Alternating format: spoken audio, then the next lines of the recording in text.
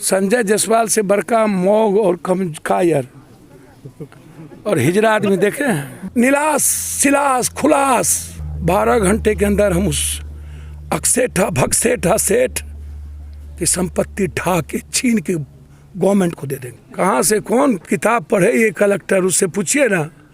तो collector SP या नेता पदाधिकारी से बड़का अपराधी तो इस देश में कोई है नहीं है।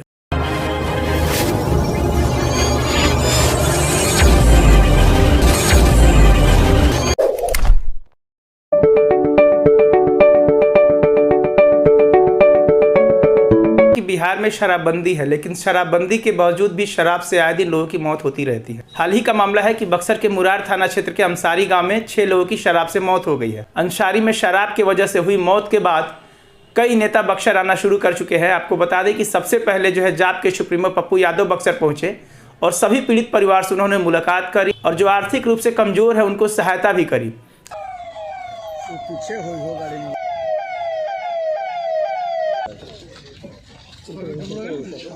और कहते नहीं पति के कि ना पीवी हमरा जाते भर में नहीं मना नहीं के कहते हम सिर्फ अपने खातिर हम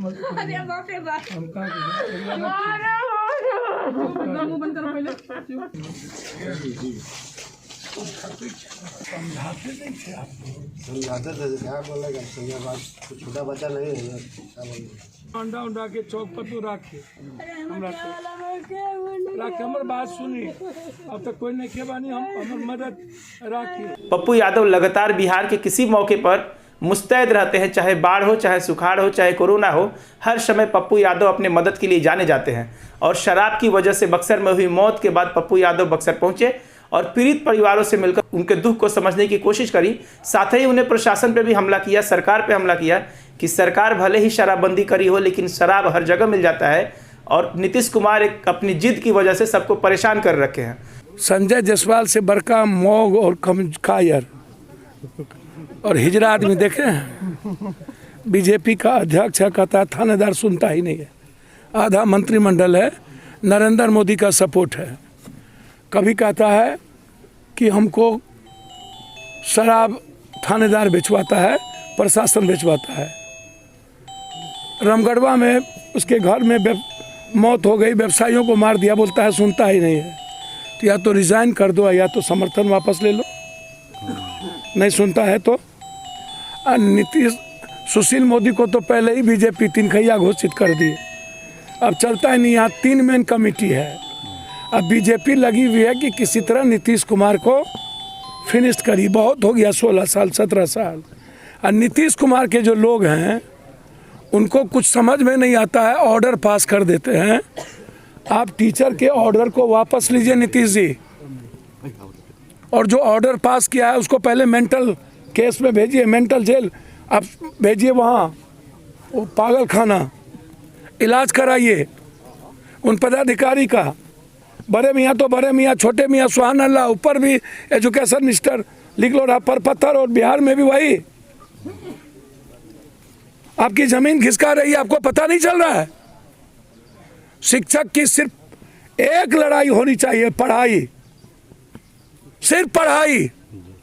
ना जनगणना, ना चुनाव, ना खिचड़ी और ना ही ईटा गिट्टी। क्या शिक्षक यदि आपको खबर करेंगे तो शिक्षक को माफिया छोड़ देगा? शिक्षक इतने ताकतवर होते हैं क्या? 6,000 8,000 9,000 12,000 कमाने वाले, आप उसको मारना चाहते हैं? एजुकेशन तो है नहीं पूरे बिहार में। यह नीति आयोग की रिपोर्ट है और आप फिनिश कर देना चाहते हैं। और माफिया कौन कौन है बक्सर में या हर जिले में, यह सरकार और सरकार के पदाधिकारी को पता है कि नहीं? जब आप थानेदार और चौकीदार को सस्पेंड कीजिएगा तो दारू कौन बताएगा? और एसपी डीआईजी को जिम्मेदारी क्यों नहीं बनाइएगा? और जो प्रभारी मंत्री बनाए हैं हर जिले में महीना में दारू समीक्षा करने, और दारू पकड़ा रहा है तो उसको बर्खास्त नहीं कीजिएगा? बर्खास्त कीजिए उसको। और बड़े बड़े माफिया नेताओं के गाड़ी पर घूमते हैं और नेता को फॉर्च्यूनर देते हैं अब जो मेरे जाने के बाद कुछ नेता लोग आएंगे तो उसके जो आगे पीछे फॉर्चूनर चलता है उस शराबे माफिया तो है, बालुए माफिया तो है। फिनिश करो, शूट एंड साइट करो। बस जिस दिन आएंगे 12 घंटे के अंदर फिनिश करेंगे सर। सूबे के मुख्य सर 12 घंटे के अंदर फिनिश करेंगे।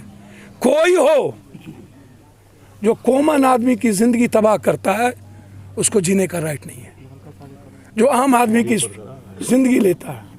सर सूबे एमएलसी का चुनाव कोनो भगत सिंह और सुभाष चंद्र बोस लड़ रहे हैं 47, शंभू मंटू, अबलू गगलू,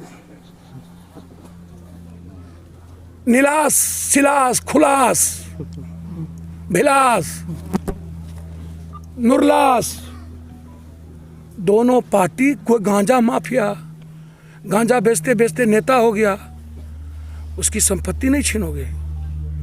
12 घंटे के अंदर हम उस अक्सेठा भगसेठा सेठ की संपत्ति ढा के छीन के गवर्नमेंट को दे देंगे।